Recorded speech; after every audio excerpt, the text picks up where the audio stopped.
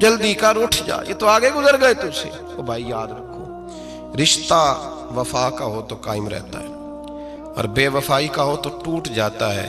مدینے کے محبوب سید عالم صلی اللہ علیہ وسلم نے مکہ فتح کیا، شور ہو گیا، اذا جاء نصر اللہ والفتح، فتح ہو گئی، انا فتحنا لک فتحا مبینا کے جلوے نظر آنے لگے۔ آج عرب کا نقشہ بدل گیا، حالات تبدیل ہو گئے، دنیا بدل گئی۔ محبوب پاک سید عالم صلی اللہ علیہ وسلم اس شان سے مکے میں داخل ہوئے کہ ہر کونے سے نبی پاک کے نام کے نعرے بلند ہونے لگے۔ ابھی 10 سال پہلے نبی پاک روتے ہوئے مکے سے نکلے تھے، 10 سال قبل روتے ہوئے گئے تھے، اور 2 غلام حضور کے ساتھ تھے۔ آج اسی مکے میں حضور آئے ہیں تو لگتا ہے پہاڑ اور پتھر بھی میرے رسول کے نعرے لگا رہے ہیں۔ تو ایک عروج ہو گیا، حالات ایک نیا رخ اختیار کر گئے، اور مکہ مکرمہ کے اندر اللہ تبارک اب تو احاطہ بڑا ہو گیا ہے، مطاف بہت بڑا ہو گیا ہے، حرم شریف کی مسجد کو وسعت دے دی گئی ہے، لاکھوں لوگ آ سکتے ہیں۔ اس وقت جب 10,000 لوگ آئے نا تو سیرت نگار کہتے ہیں یوں لگا جیسے درختوں پہ بھی لوگ چڑھے ہوئے، پہاڑوں پہ بھی لوگ ہیں، اتنا مجمع تھا۔ کہاں 2-3 لوگ اور کہاں ہزاروں کا اجتماع۔ میرے نبی پاک صلی اللہ علیہ وسلم نے طواف کیا اونٹنی پہ بیٹھ کے کعبے کا، پھر میرے محبوب تشریف لائے اور حضور نے خانہ کعبہ کا دروازہ کھولا، پھر میرے نبی پاک نے بت توڑے، پھر میرے محبوب نے خانہ کعبہ کے دروازے میں کھڑے ہو کے خطبہ ارشاد فرمایا، پھر میرے رسول پاک صلی اللہ علیہ وسلم کے جلوے زمانے نے دیکھے۔ ان سارے حالات میں دنیا نے ایک وفا کا عجیب منظر دیکھا کہ اس موسم بہار میں نہ تو آواز حضرت ابو بکر کے نام کی بلند ہوئی، نہ عمر فاروق اور نہ مولا علی کے نام کی بلند ہوئی۔ اس مجمع عام میں محبوب پاک کی آواز گونجی تو رب کریم کے حبیب نے فرمایا این بلال، میرا بلال کہاں ہے، میرا بلال کہاں ہے، اس کو بلاؤ نا، کدھر ہے بلال۔ عجیب رنگ وفا دیکھا نا لوگوں نے، یہ وفا فرمایا بلال کدھر ہے۔ حضرت بلال ہاتھ باندھے سب سے پیچھے، وہ شہرت سے بچنے والا پیچھے پیچھے رہتا ہے، جی چاہتا ہے ساری غزلیں اس ظالم کے نام کروں۔ پیچھے تھے حضرت بلال رضی اللہ تعالیٰ عنہ، دوڑے حضور میں حاضر ہوں، فرمائی ادھر آ یار، کعبے کی چھت پہ تو چڑھ ذرا، آذان تو سنا۔ ایک صحابی حضور کے کان میں بولے، اور یہ بھی حکمت الہی تھی کہ وہ بولے، حضرت بلال کی شان ظاہر ہونی تھی، کان میں کہا یا رسول اللہ کافر پہلے ہی مر گئے، پہلے ہی کوئی حال نہیں ان کا، آج تو بالکل ہی ختم ہو گئے حضور، آج آپ کا سکہ چل گیا ہے، بلال کے بڑے دشمن ہیں، بلال کو رہنے دیں، کوئی اور نہ آج اذان دے دے۔ کان میں بات کہی تھی، چاہیے تھا جواب بھی کان میں آتا، پر معصوم آمنہ فخر آدم و بنی آدم وفا کا خطبہ پڑھنے لگے، وفا کا خطبہ شروع ہوا۔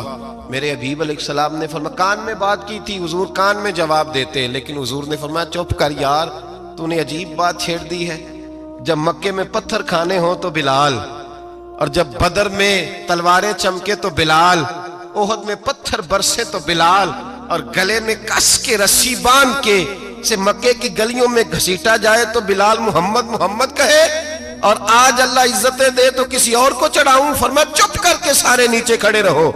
آج کعبے کی چھت پہ بلال کھڑا ہوگا تو میں دنیا کو بتاؤں گا وفا کس چیز کا نام ہوا کرتا، بلال ہی چڑھے گا کعبے کی چھت پہ۔ کس نے ذروں کو اٹھایا اور صحرا کر دیا، یہ کس نے قطروں کو ملایا اور دریا کر دیا، اور کس کی حکمت نے یتیموں کو کیا در یتیم اور غلاموں کو دنیا بھر کا مولا کر دیا۔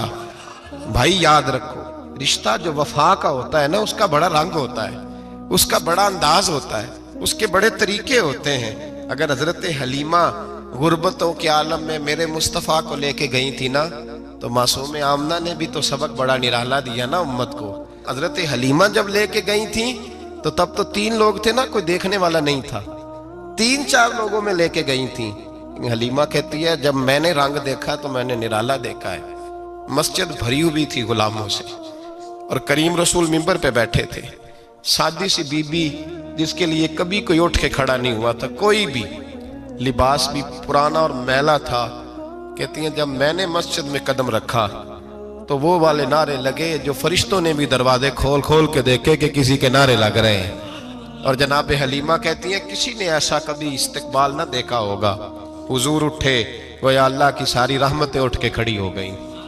اور پھر مصطفیٰ کریم نے بچھائی جب چادر اور حضرت حلیمہ سعدیہ رضی اللہ تعالیٰ عنہ بیٹھی اور حضور التحیات کی حالت میں سامنے بیٹھے تو لوگوں کو پتا چلا جو وفا کا رشتہ ہوتا ہے اس کا رنگ ذرا نرالا ہوا کرتا ہے, اس کا انداز ذرا انوکھا ہوا کرتا ہے. بھائی رشتہ وفا کا, رشتہ خلوص کا, لالچ کا رشتہ.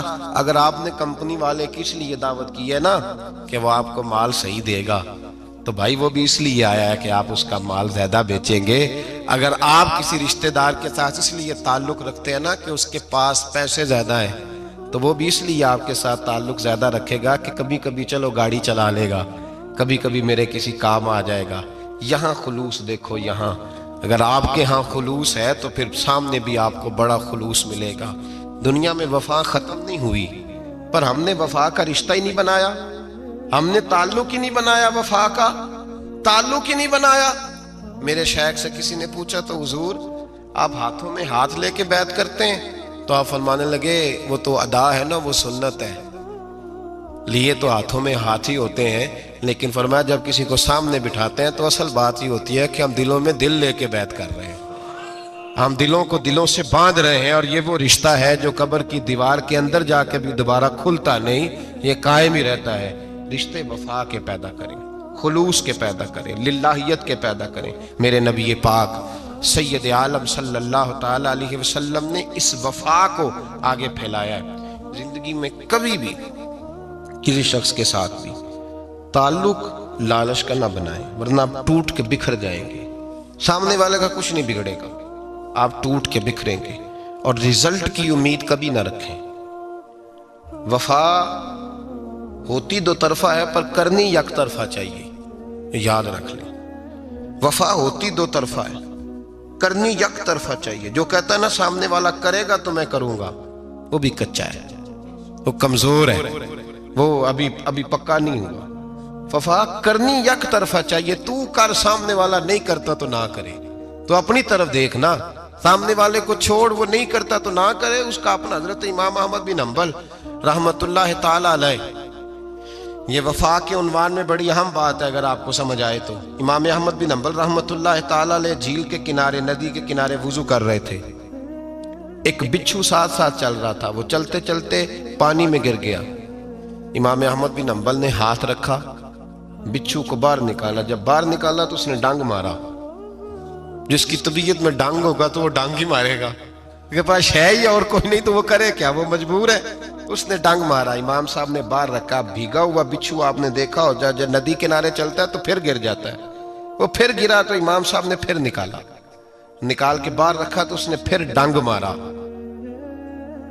پھر ساتھ ساتھ چلتے چلتے وہ گر گیا.